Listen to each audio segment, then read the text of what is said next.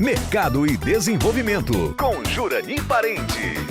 Estamos voltando no programa Mercado e Desenvolvimento aqui na nossa querida TV Diário. Gente, olha, o primeiro bloco foi sensacional do episódio de hoje. Nós estamos falando da experiência do cliente de fora para dentro, levando para o lado da aprendizagem. E a nossa convidada é uma especialista, é uma autoridade, é administradora com ênfase em marketing, pós-graduada em gestão de pessoas, possui MBA em liderança, inovação e gestão, ela é master em experiência do consumidor pela ESPM, é fundadora do Impacto, do Propósito à Prática. Marli tem 20 anos de atuação em empresas de médio e grande porte nos setores de tecnologia, engenharia e saúde. É especialista em experiência do cliente. Antes do intervalo comercial, eu deixei uma pergunta para Marli. Eu disse, Marli, como aproximar as áreas de experiência do cliente e treinamento e desenvolvimento para que possam trabalhar de forma integrada?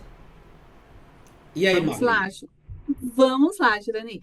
Então, assim, o que a área de T&D precisa entender? Que os dados do setor ou da área ali, da experiência do cliente, eles são muito valiosos, eles servem como diagnóstico para a área de treinamento e desenvolvimento, aprendizagem corporativa. Sim. Então, com base nesses dados, para a gente avaliar, por exemplo, onde está ali os nossos gaps de comunicação, de atendimento, de entrega com os nossos clientes, trazer esses dados para dentro da área de treinamento, transformá-los em aprendizagem, ou seja, assim, o que esse dado traz para mim? Eu preciso reforçar quais aspectos de aprendizagem dentro da minha corporação, quais competências eu preciso instituir. E para além disso, Jurani, a gente pode trazer ali a literatura, o conceito, mas a gente precisa traduzir essa aprendizagem em prática. Então, eu preciso falar para os meus colaboradores aonde estão as deficiências perante o cliente e como que eu transformo essa aprendizagem na prática, como que eu instituo no meu dia a dia essa melhoria. Marli, eu digo sempre que na empresa, eu faço a seguinte pergunta, na tua empresa, todas as pessoas elas são treinadas para serem do comercial, vendedoras, vendedores, tá? Consultoras, consultores. E aí eu te pergunto, já que você é especialista em desenvolvimento, treinamento de empresas, tá? E de pessoas, é importante que todos na empresa tenham consciência que são de alguma forma vendedores, consultoras, vendedoras? É muito importante as pessoas entenderem que elas representam uma marca. Sim. E toda atuação e comportamento que elas tiverem pode denegrir a imagem de uma marca, a reputação de uma marca, ou não. Ou ela pode trazer clientes cada vez mais fiéis. Então, cada ponto de contato, ele merece essa atenção. Não é só as pessoas de atendimento, as pessoas que estão no front. Todos impactam a experiência do cliente. Então, todos precisam entender e saber desse papel. Pronto, aí nós vamos agora para a gestão. Eu digo sempre que você pode ser um gestor e optar para não ser um líder, mas não vou entrar nessa área agora, tá? Mas vou entrar na gestão e na liderança. Até que ponto gestão e liderança são fundamentais para uma cultura de aprendizagem dentro da empresa? Porque até pode acontecer do próprio gestor, do próprio líder, achar que já chegou no topo e que não precisa aprender mais. Às vezes a gente se depara com esse tipo de situação no mercado de trabalho. Ou eu estou errado, Marli? Não, está certo. E assim, o que eu costumo dizer que a média liderança ela é fundamental para uma cultura. A cultura se estabelecer ou não vai ser na gestão. Por quê? Porque os colaboradores vão seguir o que a gestão orientar. Então, se a gente tiver uma gestão orientada à experiência do cliente, ela vai fazer o feedback com o colaborador, ela vai orientar a atuação do colaborador para isso. Se a gestão não estiver centrada na experiência do cliente, ela estiver centrada, por exemplo, eu preciso bater apenas as metas da minha área. eu não vou me comunicar com as demais áreas, então ela já fragilizou a cultura. São Marli, fundamentais. eu fui vendedor viajante de uma das maiores empresas de colchão da América Latina. Na época era a Metalonita, que é a marca Ortobon, que foi talvez a melhor escola que eu já tive na minha vida, tá? Eu sou muito grato por ter trabalhado lá e por ter aprendido tanto lá, tá? E na época que eu trabalhava lá, há uns 40 e poucos anos, um lojista disse para mim, já tem mais de 40 anos, um lojista disse para mim o seguinte: ter uma empresa com as portas abertas não significa dizer que você está concorrendo. E hoje eu acho que mais do que nunca essa frase é de uma força e de uma relevância imensa. Tá correto, não tá?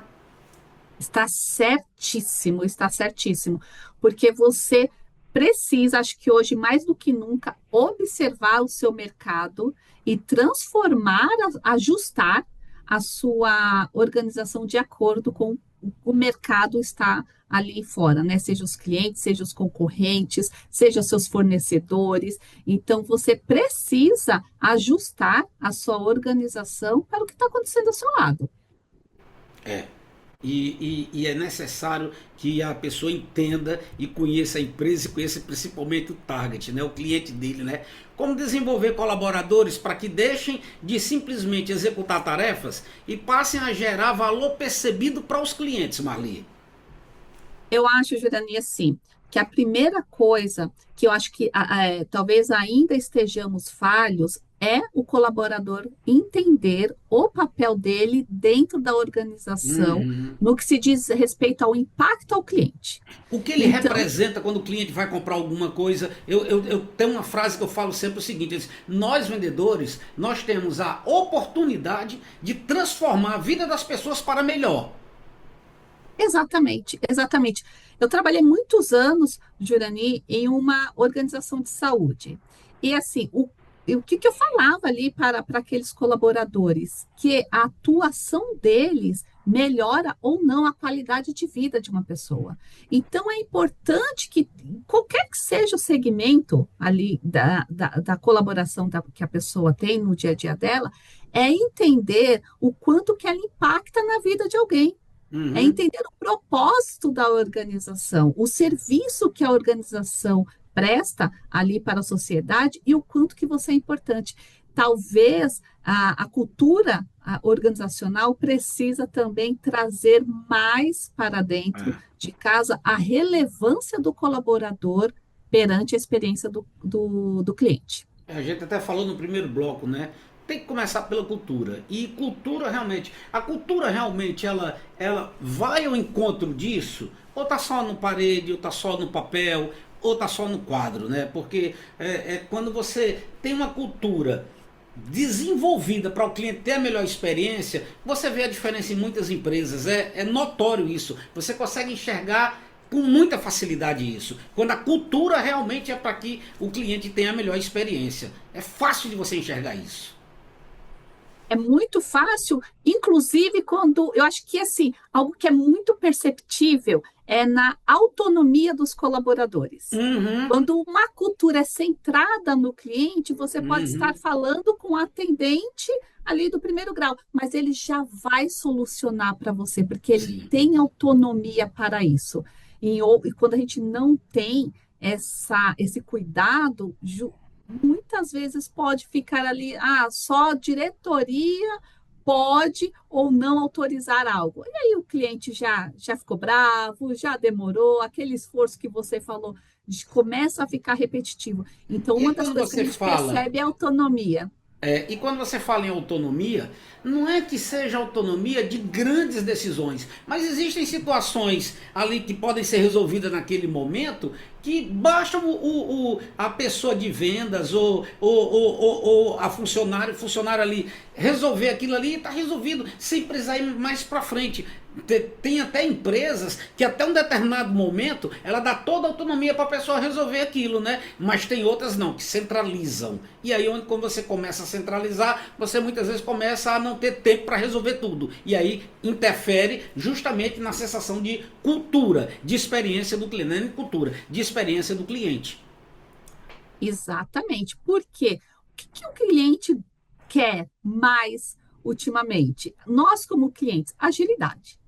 Então, a gente quer uma prestação de serviço, a gente quer uma prestação de serviço ágil. Se a gente precisa resolver alguma coisa, a gente quer resolver também com agilidade. Isso que você falou da centralidade. Se as decisões têm centralidade ali com poucas pessoas, essa agilidade a gente já não tem. Então, uma das prioridades a gente já não consegue atingir. Será que você teria como responder em 30 segundos qual é o primeiro passo que uma empresa pode dar para começar a implantar uma cultura de experiência do cliente? Ouvir o cliente. A gente precisa ouvir o cliente, identificar dentro da nossa organização o que precisa ser melhorado depois que a gente ouvir o cliente, seja em processo, seja em comportamento, e aplicar na prática. Isso precisa ser uma meta. Isso precisa estar em diagnóstico e em indicadores. Indicadores assim, vamos lá, Juliane, não uma vez por ano. Uma vez por mês a gente precisa analisar nossos indicadores de experiências. Então, não tenham medo de ouvir. Às vezes pode ser um pouco doloroso, mas será eficiente para a sustentabilidade do seu negócio. Muito bacana. Marli, olha que aula. Eu amei esse bate-papo com você. Eu tinha certeza que ia ser maravilhoso e foi acima da minha expectativa. Então, de coração, muito obrigado por você ter aceito o convite de participar do programa Mercado e Desenvolvimento aqui na nossa querida TV Diário. Eu que agradeço. Eu amei também esse bate-papo. Acho que ele é muito rico e tem muitas variáveis. E eu fico à disposição de vocês para um novo bate-papo quando quiserem. Show, show, muito bacana. Gente, com a Marli, nós vamos concluindo o episódio de hoje do programa Mercado e Desenvolvimento aqui na nossa querida TV Diário. A você que acompanhou o programa de coração, muitíssimo obrigado pela sua honrosa audiência. Mercado e Desenvolvimento, com Jurani Parente.